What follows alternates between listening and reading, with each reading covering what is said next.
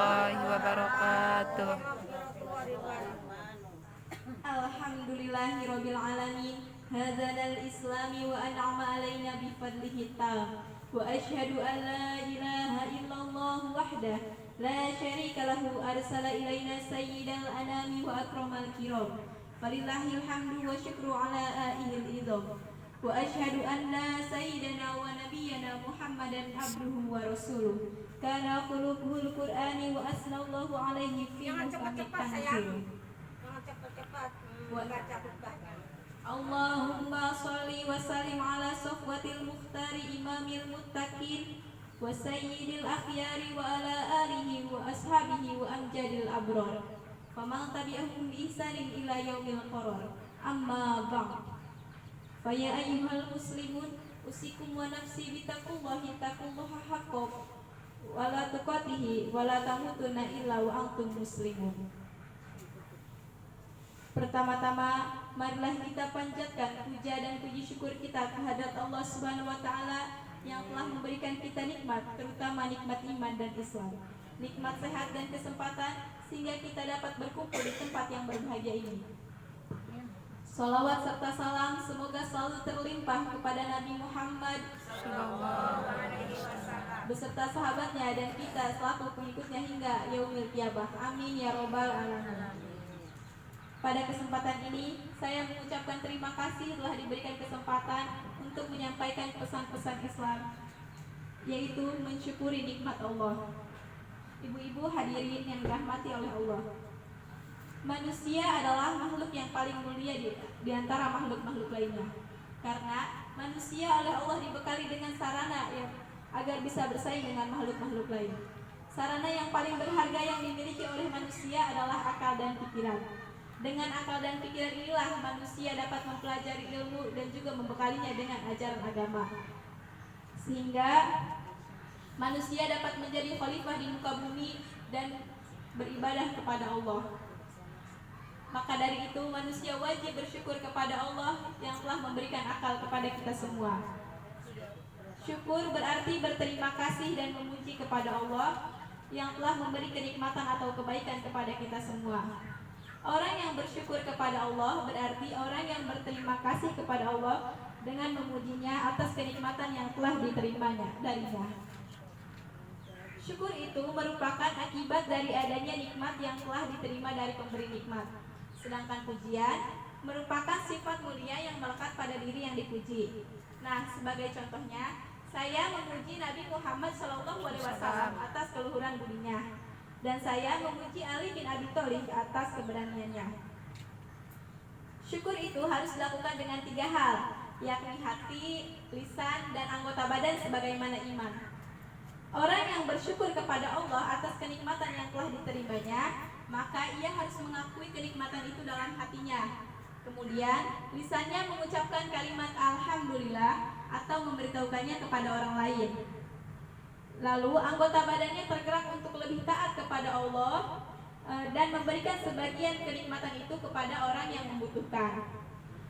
Dalam Al-Quran, Allah Subhanahu wa Ta'ala memerintahkan orang Islam agar selalu bersyukur. Dalam Quran surat Al-Baqarah ayat 152. A'udzu billahi minasyaitonir rajim. Bismillahirrahmanirrahim. Fadhkuruni adzkurkum washkuruli wala takfurun. Yang artinya, karena itu ingatlah kamu kepadaku, niscaya aku ingat pula kepadamu. Dan bersyukurlah engkau kepadaku, dan janganlah engkau mengingkari nikmatku.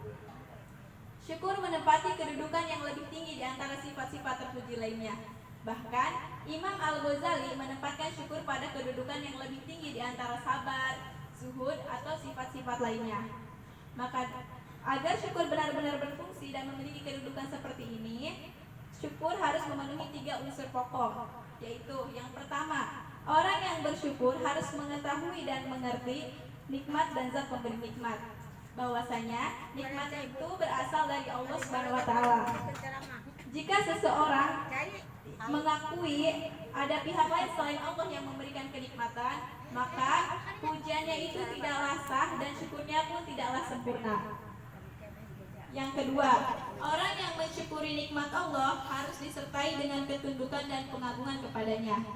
Orang yang mendapatkan nikmat sehat akan menggunakan kesehatannya itu untuk beribadah kepada Allah dan melakukan pekerjaan sesuai dengan bidang kemampuannya dengan aturan yang benar. Jika nikmat dijadikan perantara kepadanya, maka nikmat itu akan menjadikan sempurnanya syukur kepada Allah. Dan yang ketiga, dengan nikmat yang diterima dari Allah, manusia akan mencintai Allah bukan durhaka kepadanya.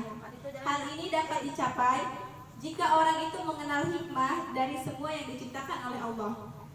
Misalnya, dia harus mengetahui bahwasanya mata yang dimilikinya itu merupakan nikmat dari Allah.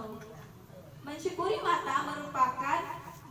mata adalah dengan menggunakan mata untuk membaca Al-Quran, mempelajari ilmu pengetahuan, dan lain sebagainya. Sehingga ia mampu menyerap pelajaran itu dengan mengagungkan Allah sebagai penciptanya. Dia juga harus menahan matanya dari segala bentuk maksiat yang mungkin timbul dari matanya itu.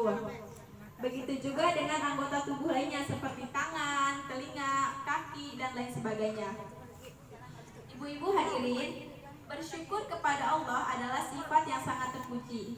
Orang yang mensyukuri nikmat Allah akan memperoleh hikmah yang banyak. Di antaranya, yang pertama, Allah akan melipat gandakan kenikmatannya kepada orang yang mau bersyukur kepadanya. Namun sebaliknya, Allah akan memberikan azab yang sangat pedih kepada orang yang tidak mau bersyukur kepadanya. Yang kedua, Allah berjanji akan memberikan balasan kepada orang-orang yang mau bersyukur. Dan yang ketiga, orang yang selalu bersyukur kepada Allah akan mendapatkan kenikmatan yang banyak. Orang yang selalu bersyukur dalam keadaan apapun, baik dalam mendapatkan nikmat atau musibah sekalipun, dialah yang nantinya akan mendapatkan kenikmatan hakiki di surganya Allah.